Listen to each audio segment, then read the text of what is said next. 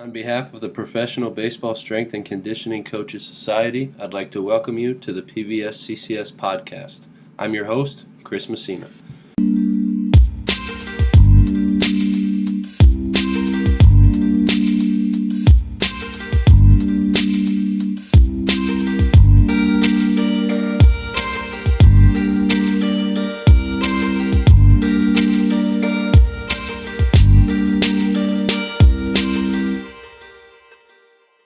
All right, everybody, I'm here with Dallas Lopez of the Chicago Cubs organization. Dallas, thanks for coming on, man. Appreciate your time. Tell the listeners about yourself, if you would, please.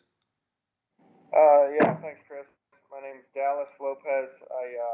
I'm about to start my fifth year with Chicago Cubs. I've been in strength and conditioning and baseball now for that whole time. It's the only organization I've been with. I have a little background in football, college football, strength conditioning. A little different from baseball, but it's something you just got to hit with the ground running, and I'm enjoying it a lot. You prefer baseball or football? Be honest with me. Well, as an athlete, I preferred football. Of course. But I like coaching baseball and how many different. It's a very unilateral, non-balanced sport, man. There's a lot of different ways we have to be able to adjust for that other strength coaches and other disciplines don't get to do. Yeah, it's definitely a very unique game. A lot of unique demands, and it's fun to be a strength coach in it. And I mean, I know football. Sometimes it's like that meat and potatoes. Get big, lift big, but there is that side of baseball that we all like, even the meatheads like ourselves. Yeah, exactly. And you'll find those in baseball too, just not as frequently. And even the people too, the players I meet, I got people from all over the world. It's a unique experience you don't get in any other sport. For sure. And one of the cool things that you got to do and where we met was you just finished up working the Arizona Fall League. And so I've had maybe one or two guests on here talk about the Fall League. And so I want you to kind of go into what your role was there, maybe what a day in the life looks like for you during the Fall League, and then any lessons that you took that will help you in the future. Yeah, so the Fall League's unique because you have to take philosophy from about 5 different organizations, not just your own. And me being a guy that's been with the same organization for 5 years now, it's kind of a breath of fresh air to see different outlooks on off-season training because the Fall League is the start of the off-season, even though those kids are playing every day, so it hasn't really revved up yet for those guys. But I have to be in charge of applicating that to what their staffs over at their organization wants. And I mean, the day looks like first pitchers, I got to make sure they're all doing their conditioning regimen that their strength coaches have set aside, and I have to take care of my own guys as well because they're all priority guys in the Fall League. So you kind of got to take special care of each one of them and make sure they're getting the attention they need and not straying off track from what their goals are and what their organization's goals that they have for them are. And so you stay pretty busy, but it's more hands off than you'd think, even though I just said it was pretty important to watch them all because you just kind of let them do their thing, man. They're coming into their own, and it's a awesome setup with the players you got. They're all at that age. They've been in pro ball for a few years. They know what they need to do to get ready to play every day. So it's kind of just a joy for me to sit back and guide them more than just be a full-on coach like I am the rest of the season with my young players. Yeah, when I worked it back in 16, it sounds weird the way you say it, but it's so true. Like, everybody there is a priority guy and they all have specific needs, but at the same time, all of those guys are like the guys that are on top of their routines and they know what to do. And so you have to be hands-on in the sense that they need your help because they're priority guys, but they're hands-off because they know what to do. They come into the weight room, hey, I got this routine from my coordinator. I know what I have to do. Can you help me with this a little bit? And that's kind of where you come in. But big picture, it was like these guys come in and it was fun because they all know what they need to do and they all know that if they do it, it's going to make them get better. Yeah, so as far as the weight room went, they did know because they have all their own programs for the off season, their sets, their reps, all the exercises laid out for them that their coaches made for them. And I had talked to all their strength coordinators beforehand and was told exactly what they're going to be doing. So these guys, a lot of time they have questions and they like to get different feedback from people outside of their own organization too, because a lot of them have came up in that one. They haven't been playing for years and years. They're not veterans by any means, but it's kind of unique with that different conversations with other guys. Yeah, the different organizations kind of blending all together is cool, and being able to see those other philosophies from other strength coaches and other organizations as the strength coach at the Fall League yourself is also cool. I thought that was like one of the best parts of being there was just being able to see, how other organizations are doing it, and then kind of create some thoughts in my mind, and get some thoughts with some of the guys that were there, like, hey, you guys do this, do you like this, do you like that, so that in the future, okay, if these guys really like this, maybe I could use that for myself, or some of the athletes I work with. Exactly, and you see a lot of the things that are common within the different orgs, and how one thing works, because for my team, 4 of our 5 teams we had a pretty similar outlook and philosophy on their programs that we at the Cubs do. There was just, like, I'm not going to name any teams, but like there's one that kind of diversified a lot away from what the norm was, what we would think it would be. But it's interesting how they bring guys in that have what they think will work and put them ahead of the other 29 teams, and how we're all competing together, but for that short 6 weeks, we're all kind of on one separate team. So we're kind of outside of the rest of baseball. Yeah, it's a unique setting and experience, and especially when the World Series is over and you're the only ones like actually playing baseball still, and all the guys are coming in and they're like, well, even the big leagues are done. Like, do we still have to do this stuff? Like, yes, we still have to do this. This is a very good opportunity for you, and most of them take full advantage of it and see the opportunity that they have in front of them. Exactly. And yeah, you're right. By about the 5th and 6th weeks, all my players just wanted to be home. They miss their families. They've been playing baseball since February, and they're kind of tired of it. And they're just not tired of it mentally, but their bodies are tired too, which is even a more important reason why I had to force some guys to get in the weight room at least twice a week, because we can't have them injured in the fall league. And that's, I think, the biggest goal, is not getting other guys hurt and make sure they're staying on top of their own programs. Right. So, like we talk about, it is a unique experience for you yourself as a strength coach. And are there any lessons that you took from there that you think will help you in the future in professional baseball?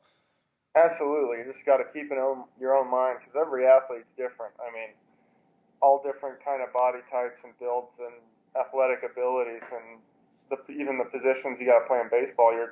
What your outfielders and like a first baseman are doing is way different than what a pitcher has to do, especially in season. So, I mean, you just got to keep an open mind to what those guys give you back as much as what your knowledge you're trying to instill upon them to make them successful.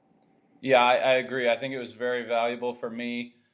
Just like I said, being able to see other organizations, and the thing is, you get to be around those guys so much that when you see them at your affiliate in the season coming up, they remember you, and they're like, they come over, say hello, and it's just a good feeling for them to come say hello to you and remember that you helped them, and they didn't get hurt, which is a huge thing. Like you said, the last thing you want is, first, second week in November when the fall league's winding down, somebody gets hurt and then they're screwed out of their off season. So a lot of those guys really do appreciate it. Sometimes it's hard to see because it is so late in the year and they're still playing baseball and they're grumpy, but I'm sure when you see them, in the future, they'll remember you and have good things, and I'm sure it'll create a lot of good relationships for you for the future. Exactly. And those guys, we're going to see them playing for years to come, because they're all pretty talented, important guys. So they have a lot of value to them, which makes the position of being the strength coach in the fall league pretty valuable as well.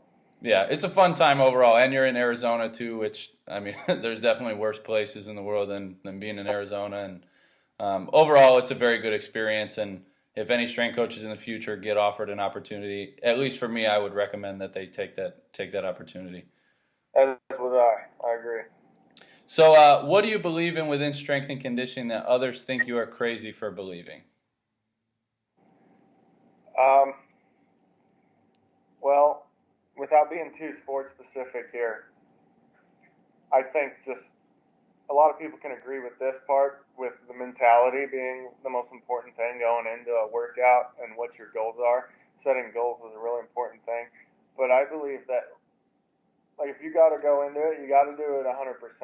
Like, I'm not saying I don't believe in recovery days. Those are valuable, but you got to know when to do them. Some guys think, oh, I'm just going to listen to my body too much. But honestly, with this new age of athletes, I believe they need to push themselves harder, which I understand when everyone has a check next to them in pro sports. That's a little bit of a gray area between you and your front office. But I think you need to be able to push the guys, and if you got a front office that gives you the freedom to do that, then that's a very special opportunity that you have as a strength coach.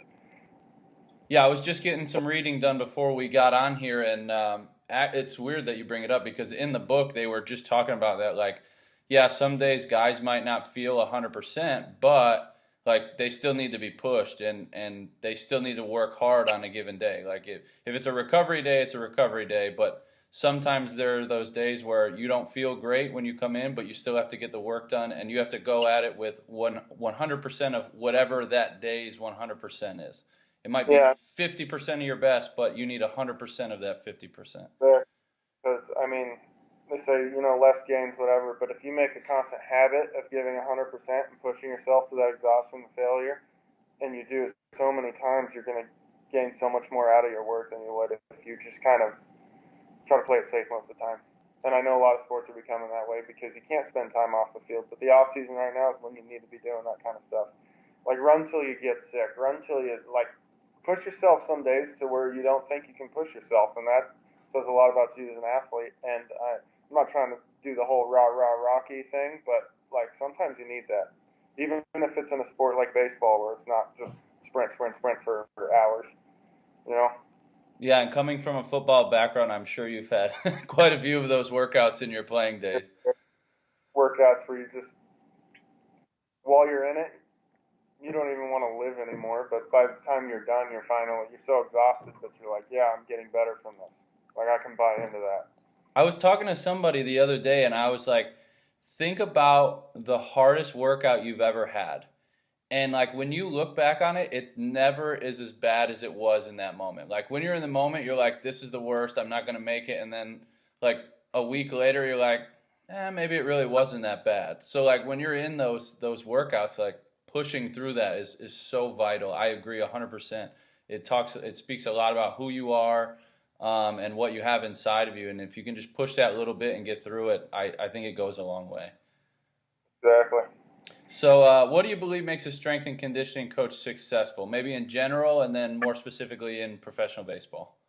Well, the one thing that would make you successful, or actually more so if you don't have it, prevent you from being successful, is having that relationship with your players to where they respect you and what you're doing, and they respect you as a person to where they can actually buy into what you're trying to teach them. I've seen some strength coaches kind of lose their players because they try to force them to do stuff they don't want, and they need to do that stuff, but you got to figure out a way into that outlet because all the players are different. I have mentalities that are different from my first-round draft pick than from my young Latin kids, and how they go about their work ethic. And if you can't influence their work ethic to where they're staying positive, you lose them, and they won't ever drive themselves in the way that you want and do the correct things that you're trying to make them do to be successful. So more so than just the knowledge and things you teach them, as far as your discipline, strength and conditioning, and how to do different phases and plug in all the exercises for them, because they don't know that. You got to have a relationship with them, and that's the most important thing. If you don't have that, you can't be a successful strength coach, no matter how much you know about the field. Yeah, especially with today's athletes. I think that relationship and that buy-in piece to you as an individual is so vital nowadays. Exactly. Sometimes I sit back and think, almost I'm a glorified babysitter, but I'm a lot more valuable than that because of what I know and how I can make these players into men and successful athletes. But you got to be able to talk to them. You got to be able to be their friend. We're in one of the most personable positions on the baseball field. They need trainers. They need coaches. It's a luxury for them to have us. And sometimes we're kind of that segue between on the field and off the field, but still doing their job. You know what I mean? Yeah, 100%, man. And like we said, I mean, back in my day, and I'm sure it was the same for you, if you didn't like a coach, it didn't matter. You did what they said. But nowadays, it's different with these guys coming up, and you got to be able to have that relationship. And if they look at you as somebody they like and they trust, they'll do just about anything for you. And if they don't, they won't. That's how it is. I've gotten players to do things they don't like just because of the relationship I previously built with them, which goes a long way. Yeah, agree completely. What advice do you have for others in the field? Maybe young coaches looking to get into the field, or maybe older coaches who have been around for a while who just want to stay on top of things? Um, Basically, just always be willing to learn. Like, we're in a constantly developing, I guess, field of practice, and you always got to broaden your scope of practice and become an expert in a bunch of different things. So, con eds and all these different doctors that come in and try to teach you how to make your athletes better at what they do, you got to go in 100% on those, because the more you learn and the more you stay up to date with the newest research and newest kind of philosophy out there, the longer you'll stay in the game and get to do what you like to do.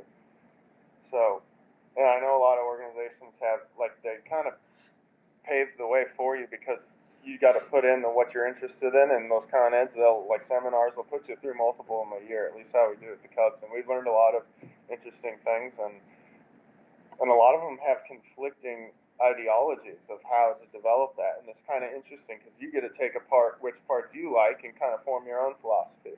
And I'd say just keep making your own ideas and philosophies, but at the same time learn what's proven and what's out there. Yeah, I couldn't agree with you more, man. And it's funny too, like you mentioned, sometimes the ideas actually clash, but when you take a little bit from both, it makes like this super idea, so to speak. So I agree 100%. And kind of along those lines, where are you going for continuing ed? Are you reading books? Are you attending seminars? Are you listening to podcasts? Where are you going to stay on top of that? The majority of my con ed, it goes to going to seminars or watching them, videos, and the ones that come in, we'll have doctors come in and do, like, the NASM or the functional mobility stuff, and all these guys. Basically, what we've been doing the last couple of years pertains more to how everything has to be quantifiable now. That sports science has come to such fruition in our field that everyone wants numbers on everything, and there's a ton of different technologies that cost hundreds of thousands of dollars, and we have to invest in those things and figure out what we can do the most with.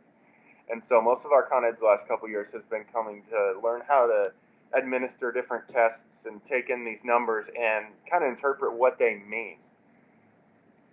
And we've also done, the ones that you learn corrective exercises and performance enhancement, like the PBSCCS. We've done all those, and I'd say more recently it's all the numbers, man.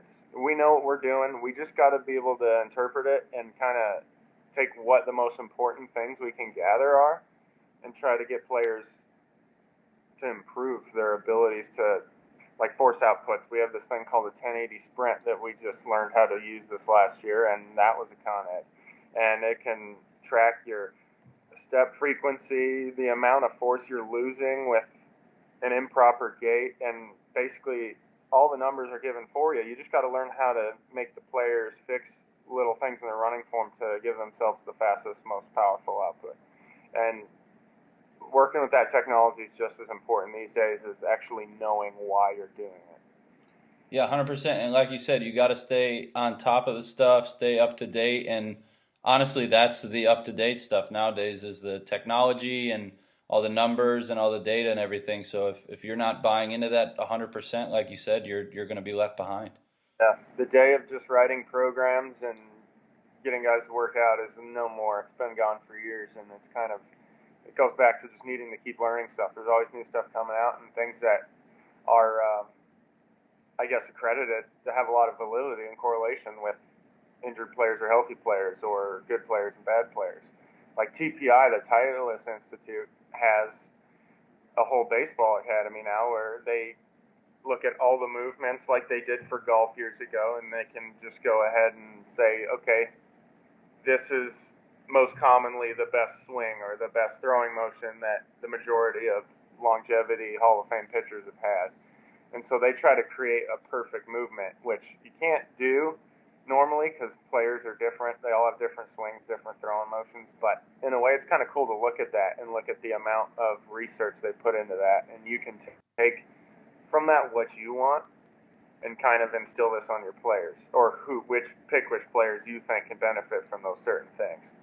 Yeah, there's kind of two ways to go about it, right? Like you're presented with a new idea and you either just discard it completely or you at least give it a try, formulate your own thoughts, and then you discard it or you keep it to yourself. And so when that new stuff comes in like that, I mean, it can't hurt you to at least look at it and formulate your own thoughts. Absolutely. If it's been proven to have some sort of benefits, then you got to give it a chance. And if you don't like it or you don't see much that your players are getting from it, I mean, you can choose what to do with it from there. But that's why we do so many different things.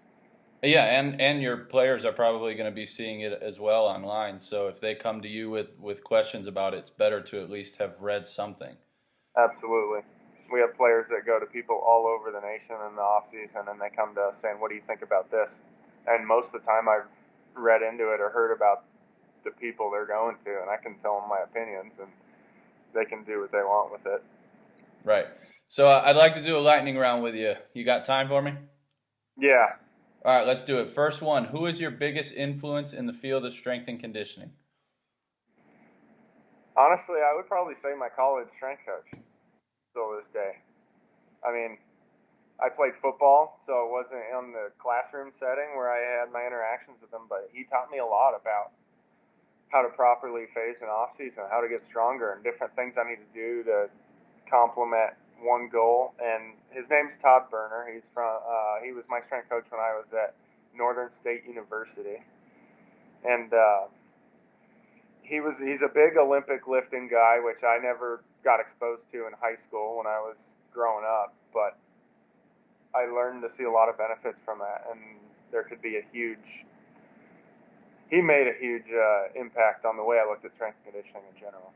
For so sure. It was on in my career before I was a certified strength and conditioning coach, but I still look at that as the days where I learned the most. Yeah, you can learn a lot in the weight room, and especially with somebody who knows what they're doing, there's a lot of good life lessons that you can learn. So, absolutely. One piece of equipment to train with, what would you choose? A barbell and a platform. Can that be one? Yeah, that's a combo. That comes as a combo. Okay, there goes my Olympic lifting bias there. Biggest accomplishment professionally and or personally?